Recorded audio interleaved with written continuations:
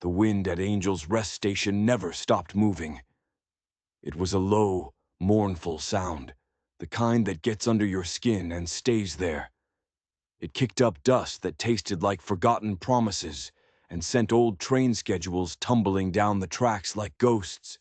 The sky was the color of a faded photograph, stretched thin over a land that had given up trying. One bench, one rail line disappearing into nothing.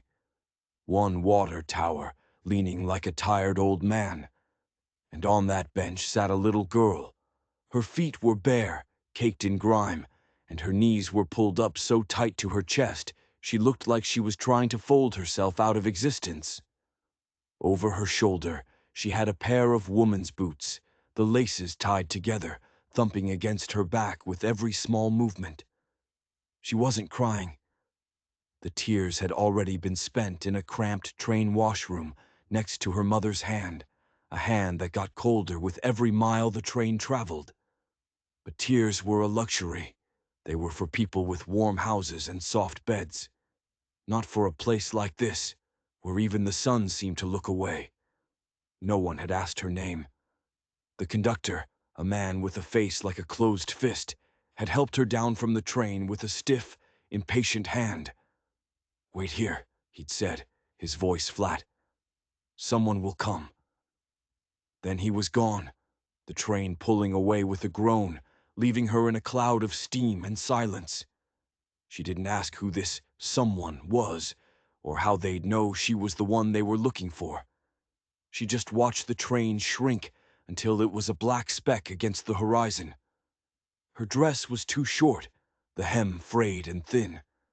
From a hole in her pocket, the stitched ear of a cloth rabbit poked out. It had no face, its features worn smooth by years of worry. She twisted it in her hands over and over, the way a person worries a loose tooth. An hour passed, maybe two. The world moved around her, but not for her. A farmer's cart rumbled past, the driver never even glancing her way. Men in dusty coats came and went, their eyes sliding over her and then away, the way you look at a stray dog you don't want to get involved with. Half pity, half annoyance. She watched them all with wide, unblinking eyes. The dust settled in the creases of her dress, in the corners of her eyes, on her eyelashes. She blinked, once, and the dust felt like sandpaper.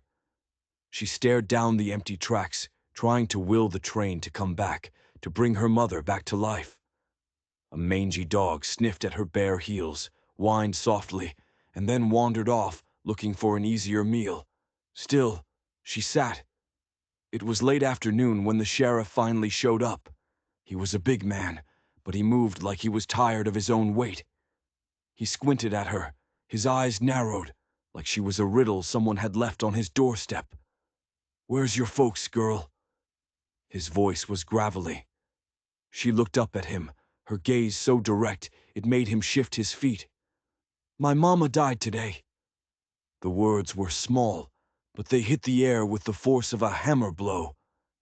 He rubbed the back of his neck, a gesture that said he'd rather be anywhere else. "Well, you can't stay here."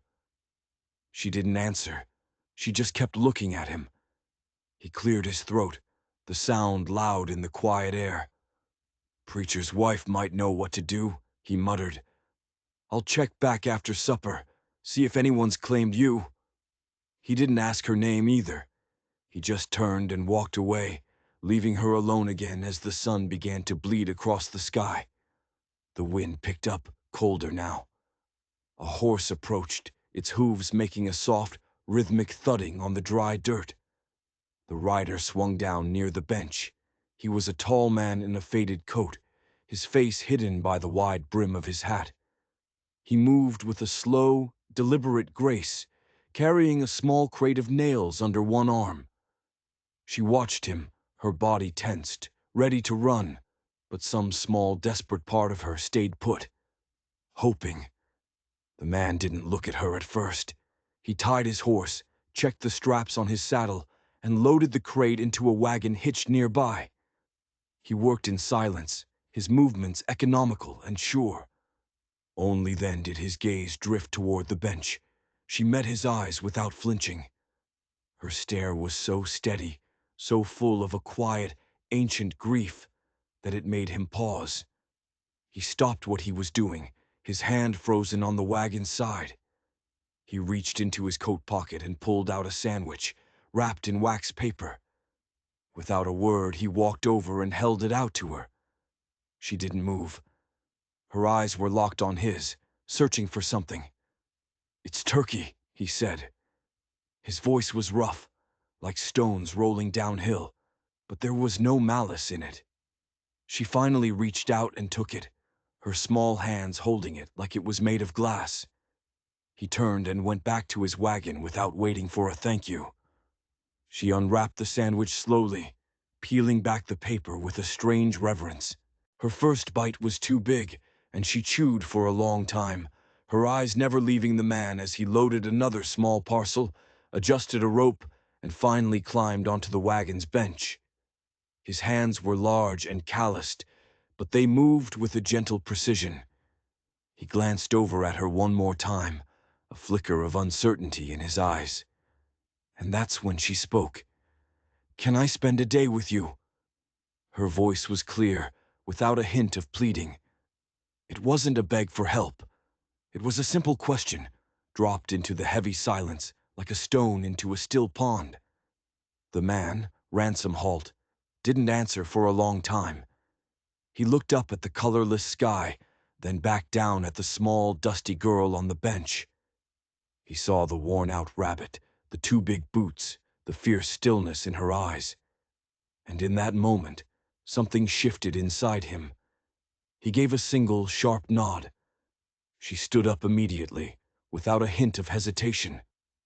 She walked to the wagon, the cloth rabbit dangling from one hand, the boots thumping against her back. He didn't offer her a hand up. She didn't seem to expect one.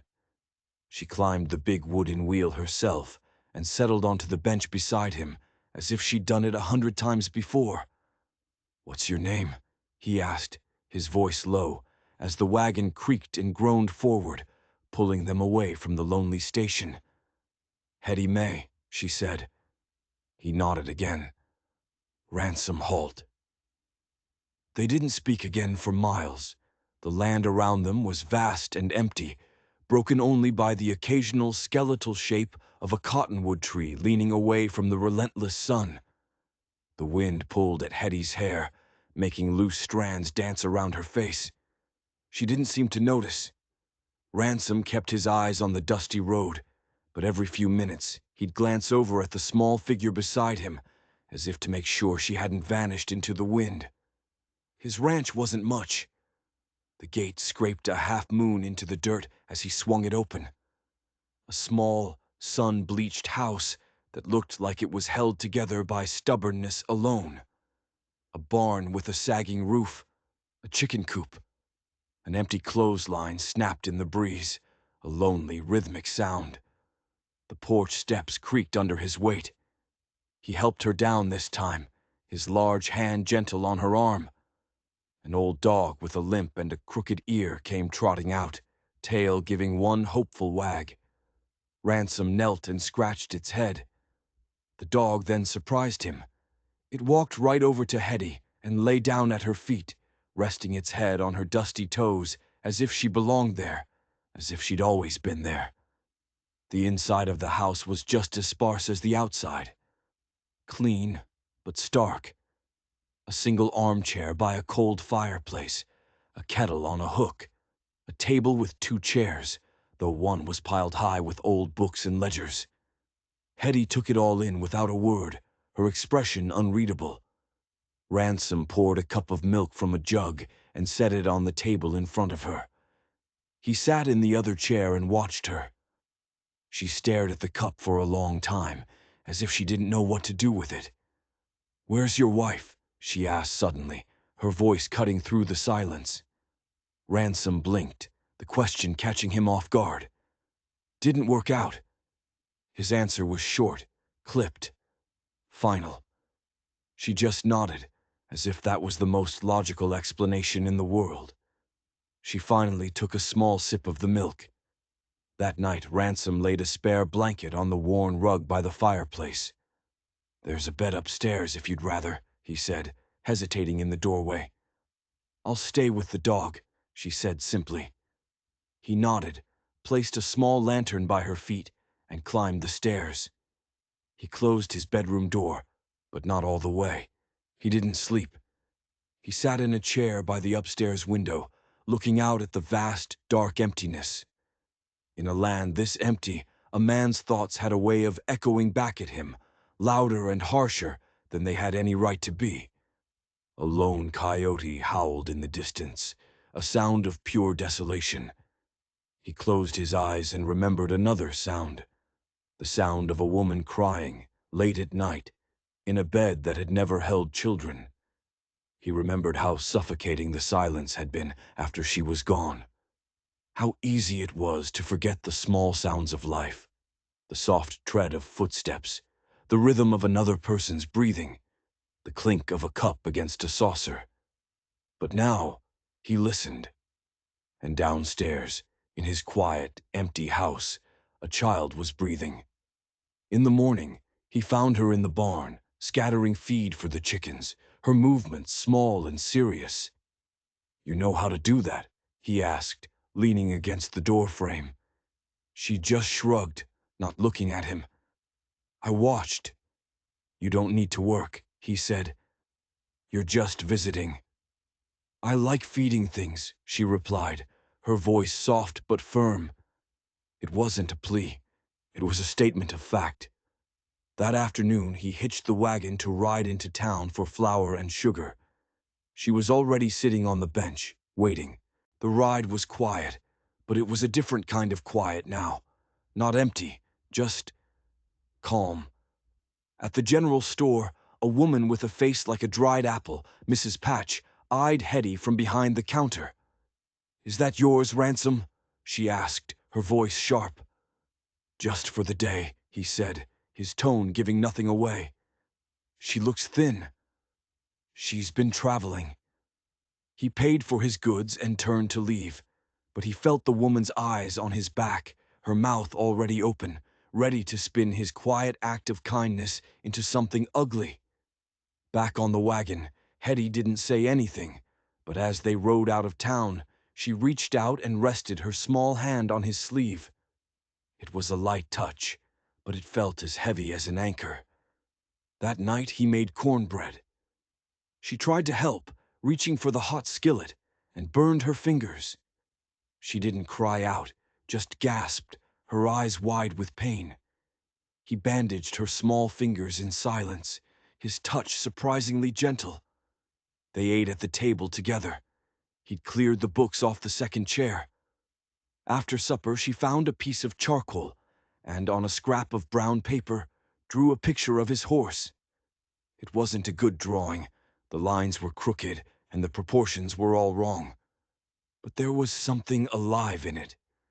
He took it from her and pinned it to the wall with a tack. Later, she curled up on the rug by the fire again, the dog resting its head in her lap. He laid a second thicker blanket over her. He thought she was asleep, but as he sat in his chair, staring into the dying embers, he said aloud, mostly to himself, "I'll take you back tomorrow. They'll know what to do." She didn't answer, didn't even stir.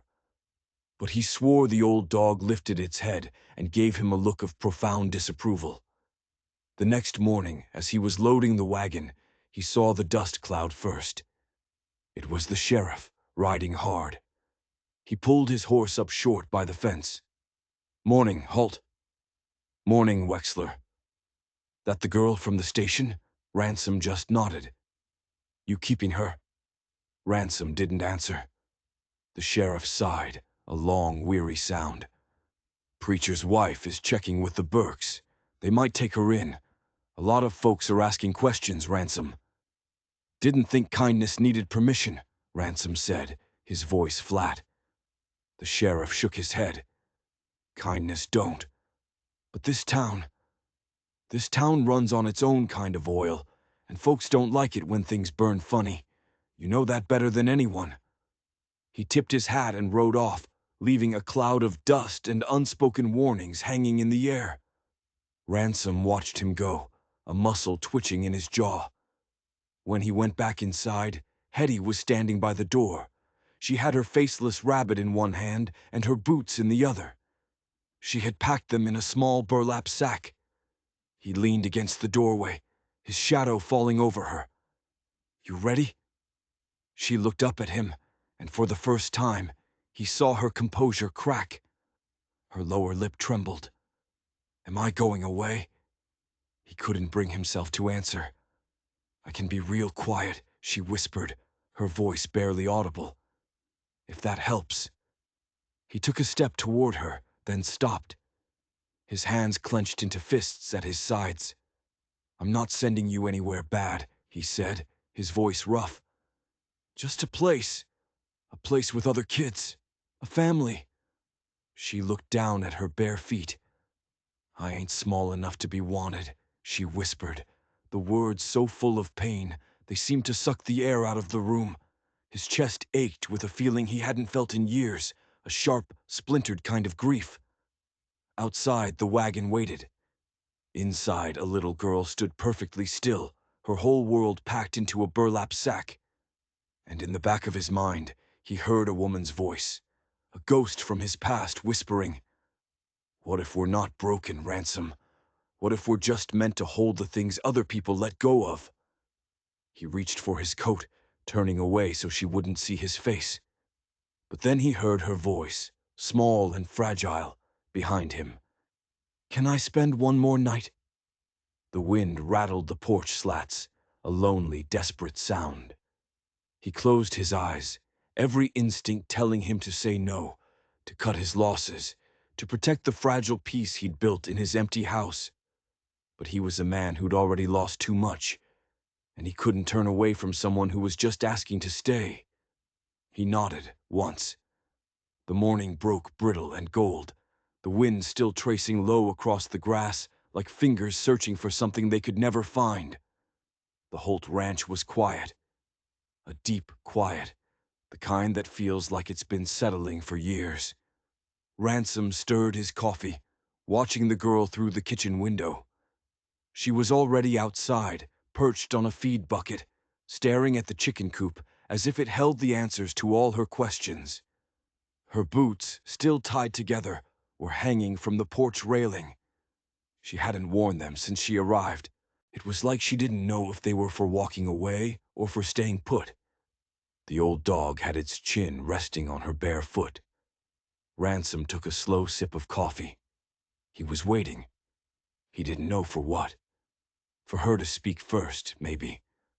Or for the ghost of his wife to finally tell him what the right thing to do was. But the only answer came from the wind, which lifted the corner of a saddle blanket and flapped it once, twice, a restless, impatient sound. He stepped out onto the porch, his mug still in his hand. She didn't look up. "You hungry?" A beat of silence. Then, her voice as quiet as the morning dew. "I could be." He turned and went back inside. By the time the bacon was hissing in the skillet, she was sitting on the bottom step, watching him through the open door. She had a way of watching that wasn't needy or demanding. It was just watchful, like a small animal that expected its food to be snatched away at any moment. He slid 2 eggs and a thick slice of sourdough onto a tin plate and handed it to her. She took it with both hands, her grip careful. "You don't gotta clean the plate," he said after a minute, noticing how she was meticulously scraping up every last bit of yolk. She paused, a smudge of yellow on her chin. "Not if it's clean already." A ghost of a smile touched his lips. When she was done, she brought her plate inside and stacked it neatly on his. "Can I help with something?" He hesitated, then gestured toward the barn.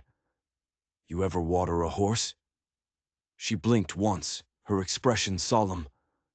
"No, but I think I could do it." He watched her from the barn door. She tried to lift the heavy wooden pail from the well, her small body straining. It was too heavy. She didn't ask for help. She just dragged it, half full, spilling water all over her dress, and went back for another. He watched her for a moment longer, a strange tightness in his chest. He'd never seen someone so small try so hard to take up space in the world. Later, he showed her how to brush the mare. "She likes it behind the ears," he said, guiding her hand. "I like it behind the ears, too," Hetty said, her voice matter of fact. He looked down at her serious little face, and he didn't know whether to laugh or cry. Just then, a sharp voice cut through the quiet afternoon. "She don't need to be doing that." Mrs. Patch was standing on his porch, her parasol held like a weapon, her face pinched and sour. "Morning, Leona," Ransom said, his voice flat. She stepped inside without an invitation. "I came to see if you were serious about keeping her." "She's not a stray dog, Leona." "You didn't answer my question." He ignored her, pouring himself a second cup of coffee.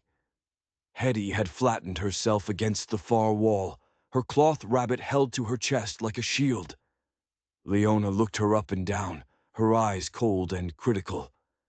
"You're thin, girl." Hetty gave a small nod. "Any kin?" "No, ma'am." Leona clicked her tongue and turned her sharp gaze back to Ransom. "The preacher's wife still thinks the Burkes might take her. They've got a big house, plenty of space." "The Burkes want a pretty little orphan they can parade around on Sundays," Ransom said, his voice even. "Not a real child." "She'd be taken care of." "I'm taking care of her." Leona squinted at him, her eyes narrowing. "Ransom, you're a single man. And folks in this town, folks remember things. You really think this is wise, after what happened before?" Something in Ransom's face shut down. It was a subtle shift, like a door quietly closing on a room you were never meant to see inside. "I think I've got more real space in this house than half the people preaching from the pews on Sunday," he said, his voice dangerously low. Leona sniffed, pulling her shawl tighter around her thin shoulders. "She'll just break your heart too," she said, and then she was gone, the screen door clicking shut behind her with a sound like a final judgment. Hetty didn't ask what she meant by "what happened before." But Ransom saw her small hands tighten their grip on the faceless rabbit. That evening, after supper, she laid her boots by the door, right next to his. It was a small gesture, but it felt monumental. As he was about to douse the lantern, she spoke from her spot on the rug, her voice soft in the darkness. "Did you ever try?" "Try what?" "To have kids." The question hung in the air between them. He stared out the window into the blackness. "Yeah," he said finally. "We tried." "Did they come out?" "No." "Was it the mama's fault?" He was silent for a long time. "They said it was mine." "Oh."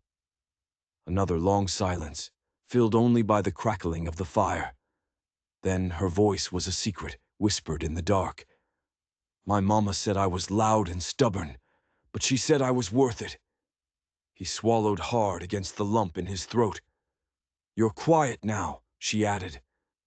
"Yes," he said. "I am. You still worth it?" He couldn't answer.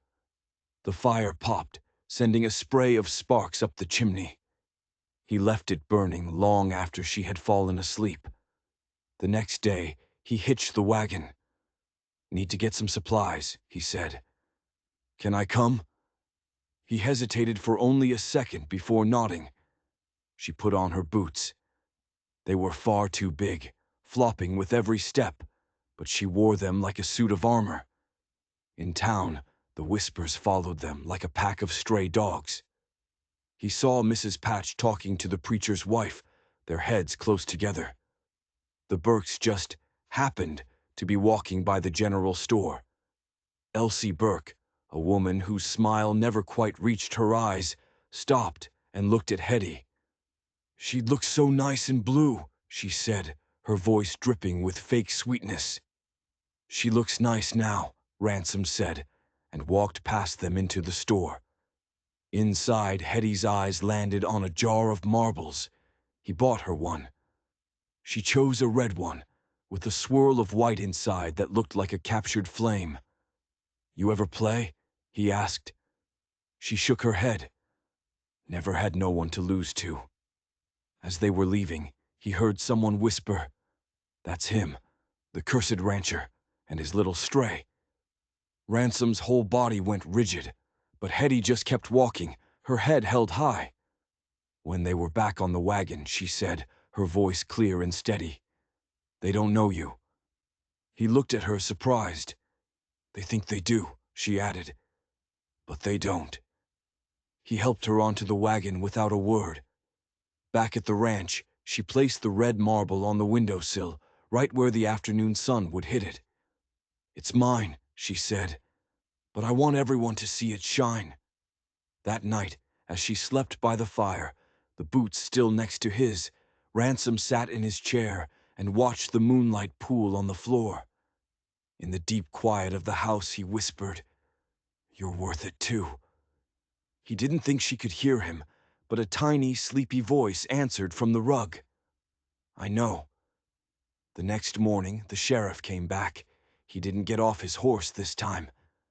"She's got 2 days, Halt," he said, his voice grim. "The Burkes signed the papers with the preacher. It's official. Don't make this any harder than it has to be." Ransom didn't answer. "She ain't yours, Ransom," the sheriff said, his voice softening slightly.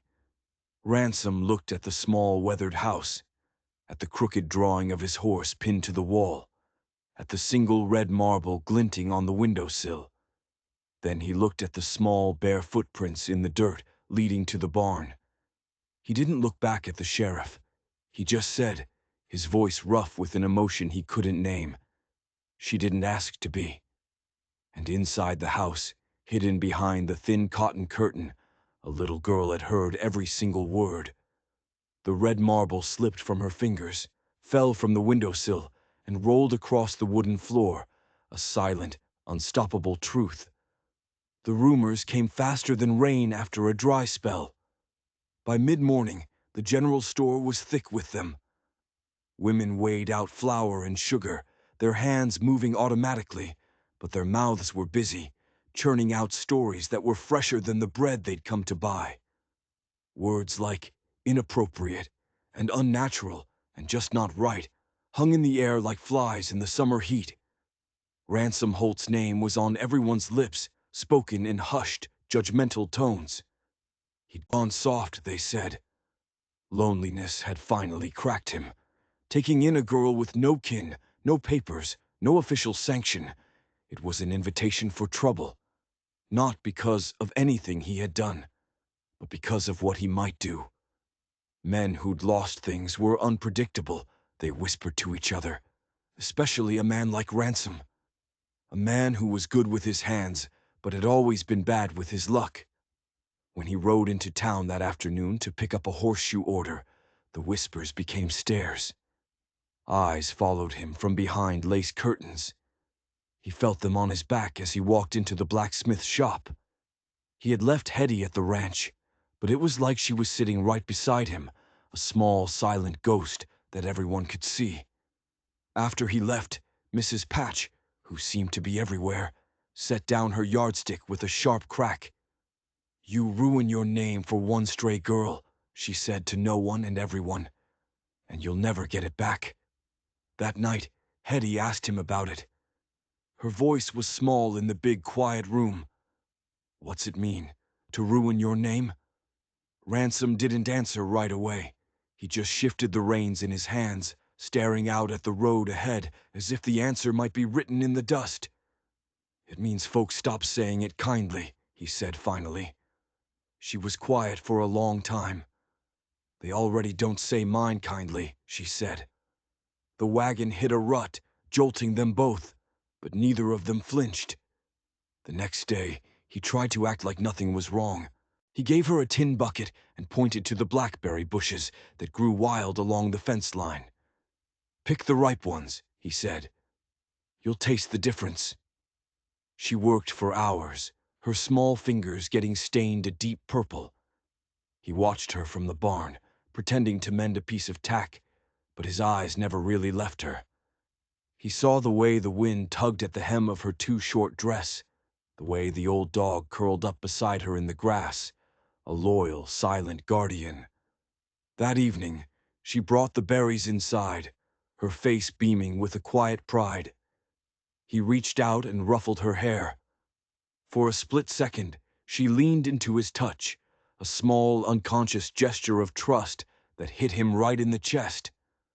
After supper, she asked to draw again. He gave her the last piece of butcher paper he had. She worked slowly, her brow furrowed in concentration. When she was done, she handed it to him. It was a sketch of the front porch, of his big, worn work boots sitting next to her small, too big ones. He stared at it for a long time. "I'll find a nail for that one too," he said, his voice thick. She gave him a small, rare smile that didn't show her teeth. Later that night, long after she had fallen asleep on the rug, he found a piece of paper on his pillow. One sentence, written in a child's blocky, uncertain letters. "I like your quiet." He folded it carefully and put it in his shirt pocket. He didn't sleep at all that night. The next day, he rode into town alone. He went straight to the preacher's house. He asked for 10 minutes. The preacher gave him 5. "She doesn't belong with the Burkes," Ransom said, getting straight to the point. The preacher, a man who always seemed tired, sighed. "Ransom, no one is saying you're not a good man, but people in this town have long memories. You think you're helping her, but you're just putting a target on both your backs." "She needs a place to land," Ransom insisted. "I'm not a danger to her." "No one is saying you are," the preacher said gently. "They don't have to. Ransom, it's not about what's true. It's about what story folks choose to believe. And right now, they're choosing to believe the wrong one about you." Ransom nodded once, a sharp, defeated gesture. He left without another word. That night, he hammered a nail into the wall of his bedroom and hung her new drawing right next to the first one. When Hetty saw it the next morning, her mouth opened slightly. She walked up to it, touched the corner of the paper with one purple-stained finger, and then, for just a breath, she leaned her forehead against his arm. "You're not going to let them take me, are you?" she whispered. He didn't answer, but she stayed close to him all evening. At bedtime, as she was settling onto the rug, she asked, her voice barely a whisper, "Did you ever get picked? By anyone?" He hesitated. "Not even when you were little?" "No one wanted the quiet boy," he said, his voice rough. "I want him," she said. And then she curled up with her rabbit and was asleep in minutes. By morning, he knew what he had to do. There was a small room off the back of the kitchen. It had been used for storage for years. It was filled with old tack, broken tools, and crates of books his wife had ordered for a school she'd always dreamed of building. He spent the entire morning clearing it out. He threw open the window, and a shaft of dusty sunlight pierced the gloom. He swept the floor, fixed the broken latch on the door, and mended the torn curtain with clumsy stitches. He assembled a small bed frame from scrap lumber and placed her drawing of the boots on the wall above where her head would be. It wasn't much, but it was a room. It was hers. He showed it to her after lunch. She just stood in the doorway, her eyes wide. This is for me." "It's a room," he said gruffly, scratching the back of his neck. "I never had a room before." "Well, it's small." She didn't move for a long moment. Then she took a tentative step inside and touched the simple quilt he had laid on the bed. "You folded it real good," she said. He just nodded. And then she did something that shocked him. She threw her arms around his waist and hugged him, her small body pressed against him. He froze for a second, his arms stiff at his sides. Then, slowly, he bent down and hugged her back. It wasn't a tight hug. But it was enough. It was more than enough. But in town that same afternoon, someone nailed a notice to the church door. Town council to review custodial concerns regarding orphan minor, 4 days hence. Mrs. Patch saw it and allowed herself a small, satisfied smile. The sheriff saw it, spat into the dirt, and muttered, "Should have stayed quiet, Halt." When the official letter was delivered to the ranch later that day, Ransom read it, folded it, and put it in his pocket without a word. But Hetty saw the look on his face. She felt the storm gathering in his silence. That night she watched him sit at the kitchen table, sharpening a knife he didn't need to sharpen. His hands just needed something to do, something to hold on to. "If I'm not good enough, they'll take me, won't they?" she asked, her voice small. He didn't look at her. "You don't have to say it," she whispered. "I know how this works. People always leave." He looked up then, his eyes burning with a fierce intensity. "You didn't do nothing wrong. They always say that first." He stood up, his chair scraping against the floor, and crouched down in front of her. "You are not going anywhere," he said, his voice low and firm, "unless you want to." She blinked, a single tear tracing a path through the dust on her cheek. Later that night he found her asleep on the floor again, not on the rug by the fire, but on the floor just outside the door of her new room, as if she was afraid to truly claim it, in case it disappeared. He gently lifted her into his arms, carried her inside, and tucked the quilt under her chin. He stood there for a long time, just watching her sleep. He didn't cry, but he felt something inside him crack, a quiet, shattering sound, like a frozen river finally breaking apart under the spring thaw. By sunrise, he'd made a decision. He hitched the wagon. "We're going somewhere," he told her. "Where?" "Somewhere to show them who you are." She didn't ask any more questions. She just climbed onto the wagon seat beside him. They rode into town, the dust from the road curling behind them like the tail of a snake. He didn't stop at the general store or the blacksmith's. He stopped right in front of the one-room schoolhouse. The teacher, a young woman named Miss Correel, was sweeping the steps. She looked up, surprised, as Ransom helped Hetty down from the wagon. "Can we come in?" Ransom asked. Confused, Miss Carolee nodded. Inside, Hetty sat at a child's desk for the first time in her life. She picked up a pencil and held it like it was a wild thing that might bite her. Ransom asked Miss Correel for a piece of paper. She gave it to him, her eyes full of questions. He placed the paper in front of Hetty. "Write your name," he said, his voice gentle. Her hand was shaking. "I can't." "You can," he said. "I know you can." Slowly, her small hand clutching the pencil, she wrote, "Head Y." She stopped. "May," he prompted softly. She finished the last 3 letters. He took the paper and held it up for Miss Correel to see. "She's not a stray," he said, his voice ringing with a conviction that startled them both. "She's a person." Miss Carroll swallowed hard. "I see that, Mr. Holt," she said softly. "I do." But outside, someone had seen them. Mrs. Patch, the sheriff. By nightfall, the whole town knew. When they got back to the ranch, Hetty took the piece of paper with her name on it and pinned it to the wall of her room, right beside the drawing of the boots. Then she looked up at Ransom, her eyes serious. "Do I have a last name yet?" He paused, the question hitting him harder than he expected. "Not yet," he said. She nodded, as if she understood. But her eyes were full of a fierce, desperate hope. That night he sat on the porch steps alone, his hands clenched so tight his knuckles were white. He hadn't meant for any of this to happen. He hadn't meant to let this small, quiet girl burrow her way into the empty spaces of his life. He hadn't meant for his heart to feel this much again. He hadn't meant for the entire town to sharpen its knives and turn against him. But earlier that day, before they left for the schoolhouse, Hetty had taken her red marble and placed it inside his boot for safekeeping. And for some reason he couldn't explain, that one small act meant everything. The next morning, he found her in the kitchen, trying to make cornbread.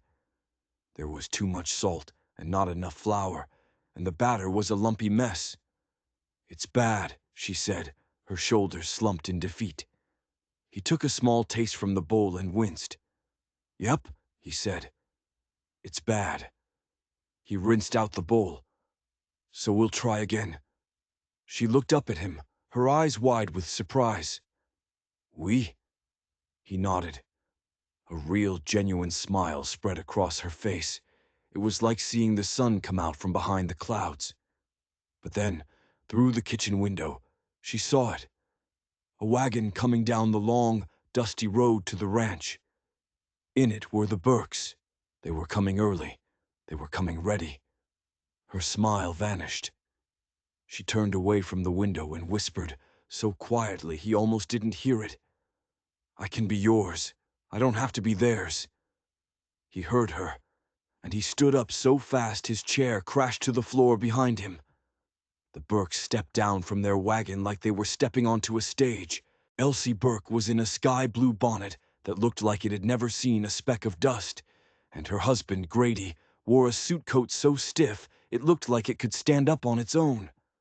Their boots crunched on the gravel, each step deliberate and confident. Behind them, Sheriff Wexler sat on his horse, his arms crossed over his chest, his face a grim mask. Ransom stood in the doorway, a solid, unmoving wall.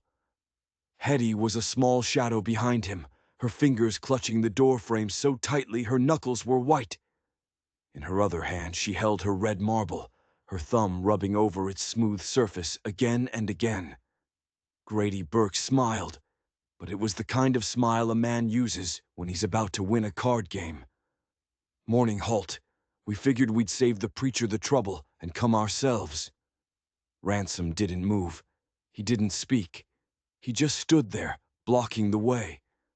Elsie peeked around his shoulder, her eyes landing on Hetty. "Oh, there she is," she cooed, her voice sickly sweet. "My, what a delicate little thing. You must be exhausted, sweet girl. Come now, there's no need to be afraid of us." Hetty shrank further behind Ransom, her chin tucked low. "She's not going with you," Ransom said. His voice was level, but there was a dangerous edge to it, like the low growl of a dog protecting its territory. The sheriff cleared his throat, the sound unnaturally loud. "Ransom, you don't have guardianship. That council notice is legal. The Burkes were officially approved yesterday morning."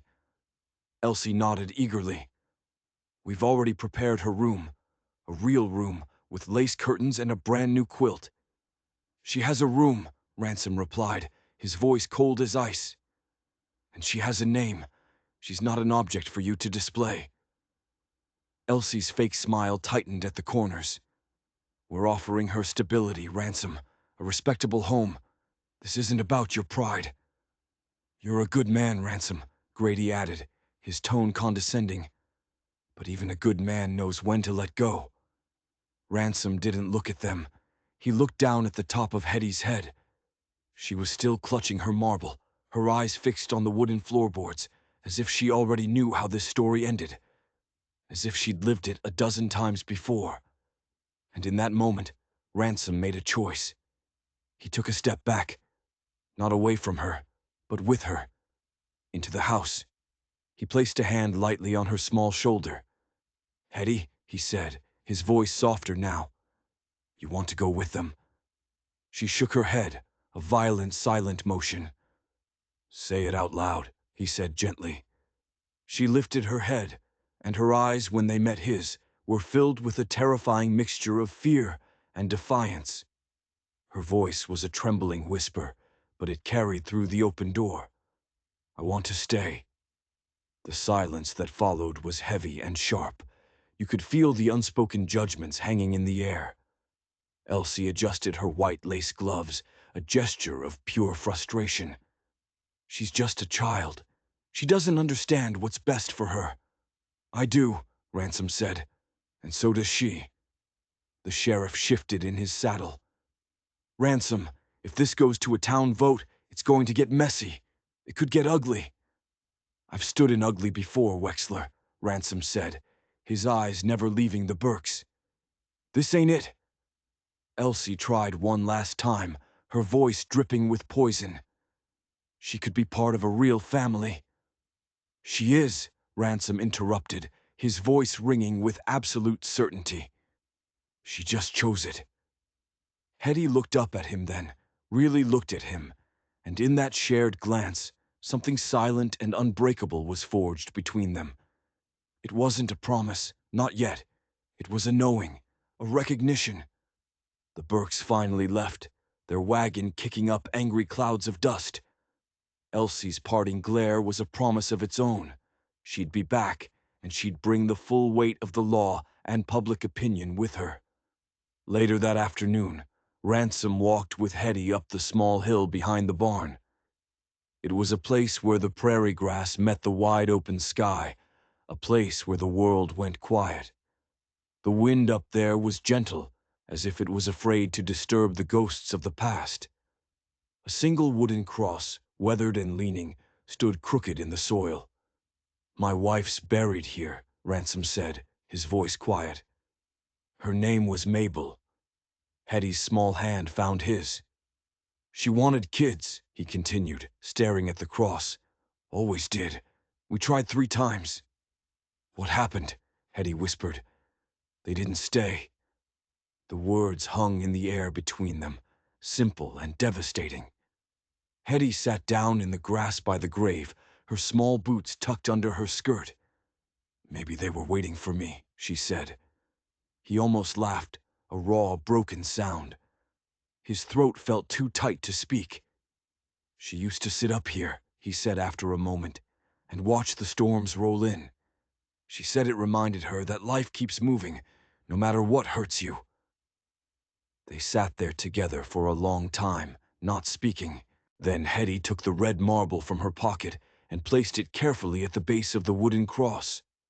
"For her," she said, "so she knows I'm not taking her place." "You're not," Ransom said, his voice thick with emotion.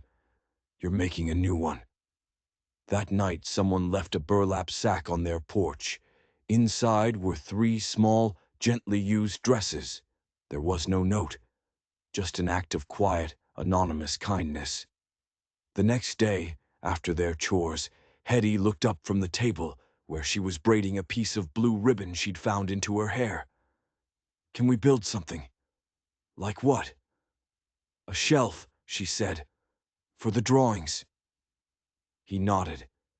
In town, the tide of gossip was slowly beginning to turn. Some still whispered about scandal, but others, the ones who had known loss themselves, started to speak of courage. The preacher's wife sent over a book of bedtime stories.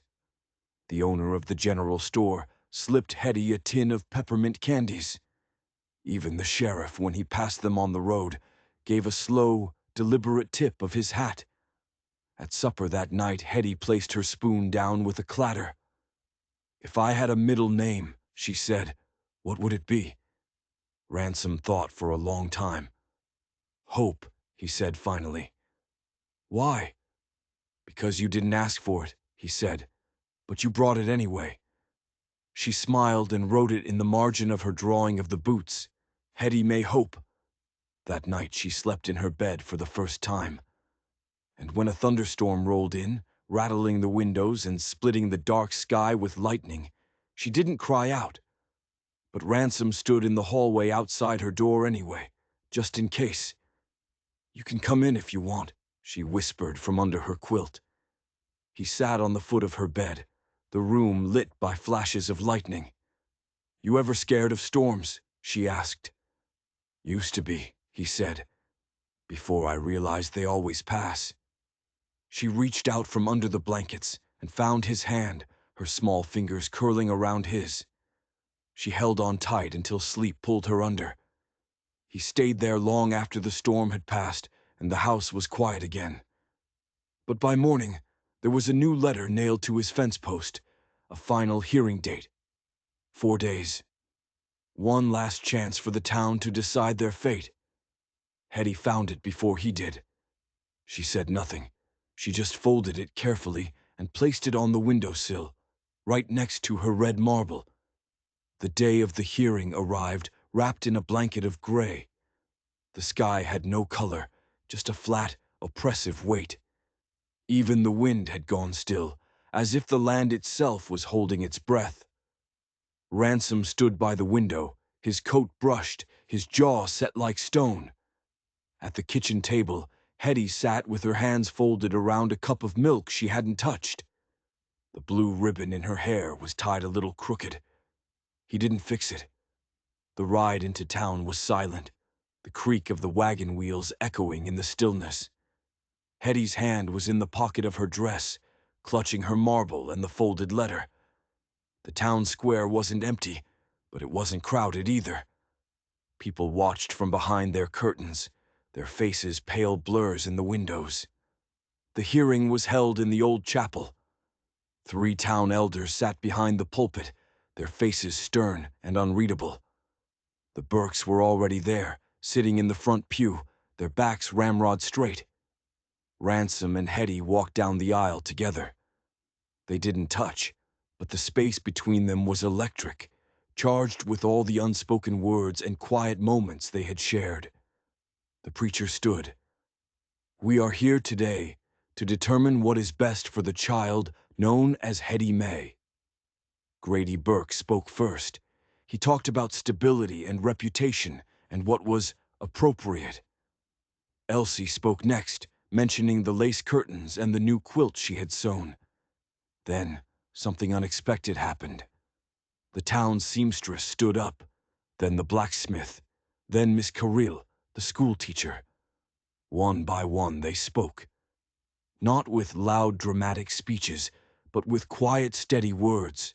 Words like safe and seen and happy began to fill the stuffy air of the chapel. Finally, the preacher nodded at Ransom.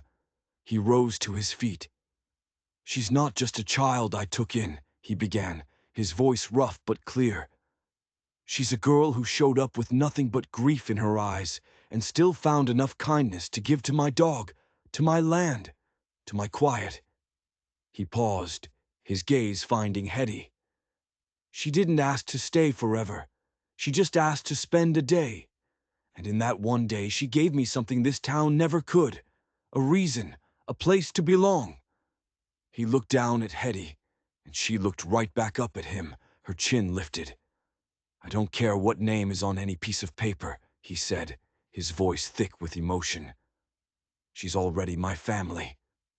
The preacher then looked at the small girl. "Hetty, do you have anything you want to say?" She stood up. Her boots made no sound on the wooden floor. She reached into her pocket and pulled out the folded, wrinkled letter. The notice from the fence. She held it up. "I read this every night," she said, her voice trembling but clear.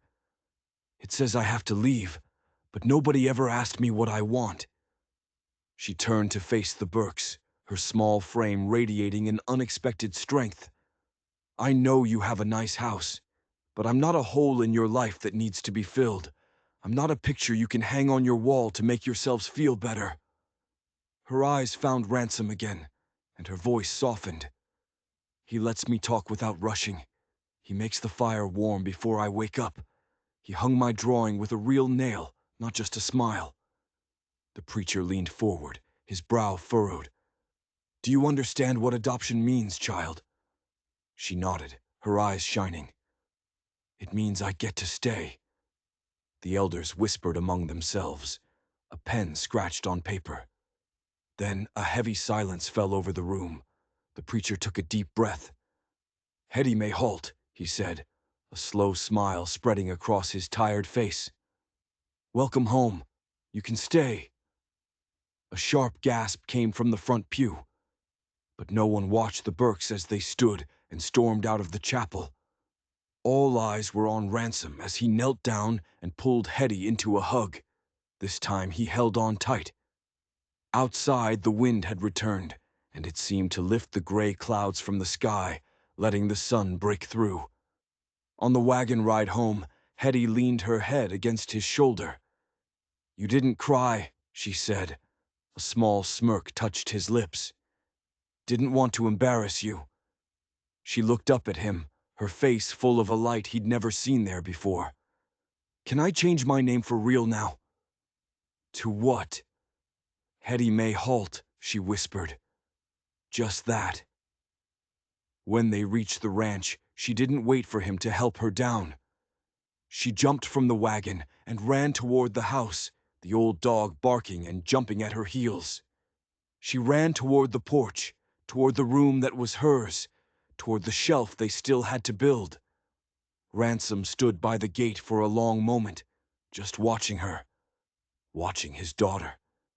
If you believe that kindness can heal even the deepest wounds, and that family is something you build, not just something you're born into, then make sure you hit that subscribe button. You won't want to miss what happens next.